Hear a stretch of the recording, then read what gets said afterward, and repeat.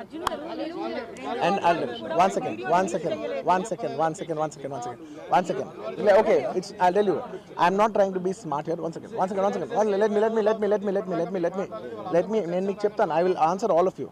I'll be very honest. I actually can sit here and answer all your questions. All respect to all due reporters.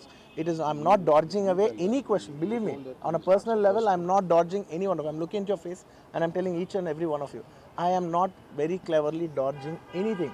Believe me, I can take a 6 hours debate and answer every question of yours. But the thing is that from a legal standpoint, even if I said one word here, one word there, even by accident if I said it, it'll work against me. Please try to understand that I'm not dodging away. I've told you everything, sir. I've told you everything that I've told. Inka, please try to understand. Please, this is my.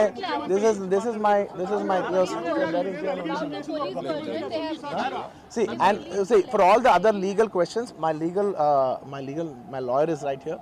ఇంకేదైనా ఉంటే మా father answer చేస్తారు. ఇంతకంటే నేను answer చేస్తే తప్పైపోద్ది.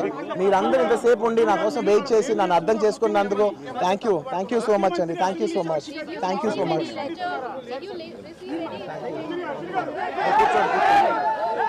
కూర్చోండి. నేను మాట్లాడతాను.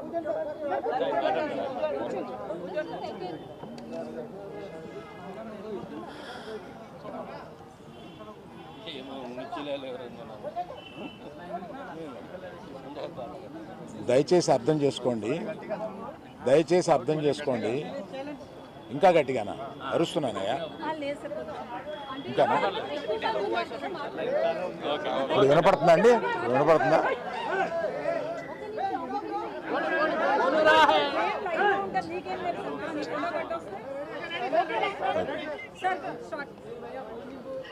దయచేసి అర్థం చేసుకోండి. ఈ మీటింగ్కి ముందు లాయర్స్ మాట్లాడారు. మీరు క్వశ్చన్ అండ్ ఆన్సర్స్ అడిగినప్పుడు వారు అడిగే ప్రశ్నలకి మీరు చెప్పే సమాధానంలో ఏదైనా లీగల్ ప్రాబ్లం రావడానికి అన్ని అవకాశాలు ఉన్నాయి.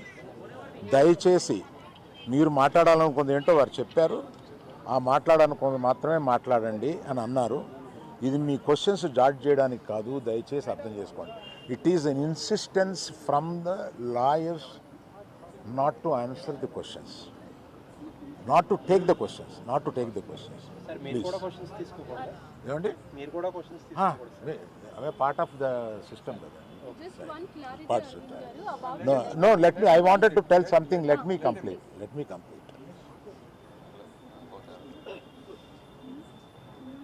ఒక ఆల్ ఇండియాలో ఈ కలెక్షన్స్ బ్రేక్ చేసిన సినిమాలో తన కష్టం, ఆ సినిమాకి అంత కలెక్షన్స్ రావడం, ఇవన్నీ చేసిన ఒక సినిమాకి అతను వెళ్ళి మొదటి షోలో తను కూర్చొని జనం దీన్ని ఎంత అప్రిషియేట్ చేస్తున్నారు, తనని ఎలా రిసీవ్ చేసుకున్నారు అని చూసుకునే అదృష్టం లేకపోయింది.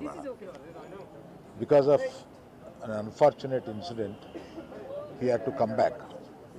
ఆ తర్వాత ఒక తండ్రిగా నాకు ఇంత సాధించి ఇంత పెద్ద సినిమా తీసిన అతను లాస్ట్ 2 వీక్స్గా ఈ గార్డెన్లో మూల కూర్చొని ఉంటున్నాడు. రోజు ఆ పైన ఉంటున్నాడు, లేకపోతే ఇక్కడ ఉంటున్నాడు. నేను ఒకసారి ఈ గార్డెన్ దగ్గరికి వచ్చి, ఏంటయ్యా ఇట్లా ఉంటావు నువ్వు, వెళ్ళి ఫ్రెండ్స్ దగ్గర కన్నా వెళ్ళు, లేకపోతే ఏదైనా ఊరన్నా వెళ్ళు, ఏదైనా బ్రేక్ తీసుకో, ఇందులోనే ఉండి నువ్వు ఇట్లాగ మరోజుగా ఇలా కూర్చుని ఉంటావు, దేశం అంతా నీ సినిమాని సెలబ్రేట్ చేసుకుంటుంటే నువ్వు ఇట్లా కూర్చుని ఉంటావు అంటే, సో అన్ఫార్చునేట్ ఇన్సిడెంట్ కరెక్ట్గా ఇప్పుడు జరిగింది. We don't know why, but the nature did it like that. Let me take it, తర్వాత ఎప్పుడైనా వెళ్తాలే అని ఢిల్లీలో సెలబ్రేట్ చేస్తామని, బీహార్లో సెలబ్రేట్ చేస్తామని, బాంబేకి ప్లస్ మీట్కి రమ్మని, ఇట్లాగే రకరకాల సెలబ్రేటివ్ ఇవన్నీ వస్తున్నా కూడా it is not the time.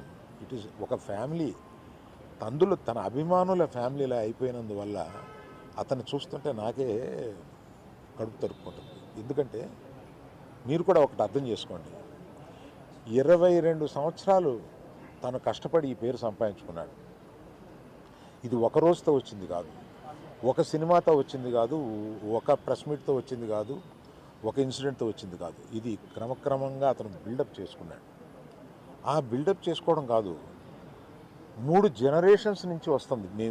మీరు ఎప్పుడన్నా 3 జనరేషన్స్ని చూశారు, ఎప్పుడైనా మేము ఇట్లాంటి బ్లేమ్ తీసుకున్నామా? మేము ఇలా బిహేవ్ చేస్తాము, ఇలా ఇర్రేషనల్గా ఉంటామా? మీరే అర్థం చేసుకోండి. ఎందుకంటే మేము ఎటువంటి మనుషులు అనేది పబ్లిక్కి మీకు తెలుసు, మీరు చూస్తున్నారు, మమ్మల్ని అందరినీ చూస్తున్నారు. మేము మీ కళ్ళ నుంచి ఎవరూ తప్పించుకోలేము. అటువంటిది ఇటువంటి ఒక ఫాల్స్ ఇన్ఫర్మేషన్ తోటి ఒకరు మాట్లాడుతుంటే అది బాధేసింది వాళ్ళు చూస్తే. కనుక ఈ క్లారిఫికేషన్ ఇవ్వాలని అతను అన్నప్పుడు తప్పనిసరిగా ఈ క్లారిఫికేషన్లో లీగల్ అబ్జెక్షన్స్ ఏమైనా ఉన్నాయా అని కనుక్కొని లేవు అని తెలిసిన తర్వాత ఈ క్లారిఫికేషన్ ఇచ్చారు. దయచేసి ప్రెస్ వారు, ప్రజలు మీరంతా ఆదరిస్తే, మీ అభిమానంతో పైకి వచ్చిన కుటుంబమే, ఆ అభిమానాన్ని అర్థం చేసుకుని ఇలాగే కంటిన్యూ చేయమని నేను కోరుతున్నాను. Thank you sir. అబ్బాయి ట్రీట్మెంట్కి సంబంధించి చెప్తారా? అబ్బాయికి మెడిసిన్స్ కానీ ఏమైనా ఇస్తున్నారా? అటు అయ్యే ఖర్చులు మీరు భరిస్తున్నారా? గవర్నమెంట్ భరిస్తుందా? ఏం జరుగుతుంది సార్? అయితే దానికి కంటిన్యూ చెక్ అనౌన్స్ చేసిన వెంటనే మంత్రి ఇల్లు ఇచ్చేశాడు. ఇప్పటికి 20 రోజులు అవుతున్నా కూడా అల్లు అర్జున్ గారు ఇంకా ఇవ్వలేదు. దీని వెనక కారణం ఏంటంటారు?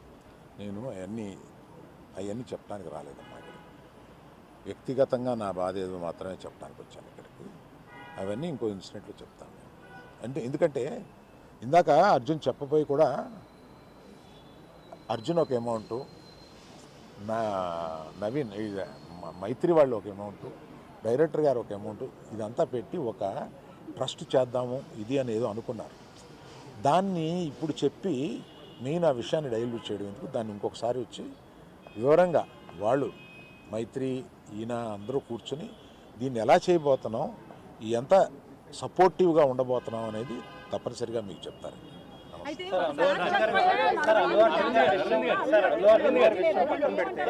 సీఎం గారు ఇండస్ట్రీ మీద కూడా కొంచెం అప్సెట్ గా ఉన్నట్టు అనిపిస్తుంది. ఒకసారి అరవింద్ గారు, one clarity about the case. It's a very unfortunate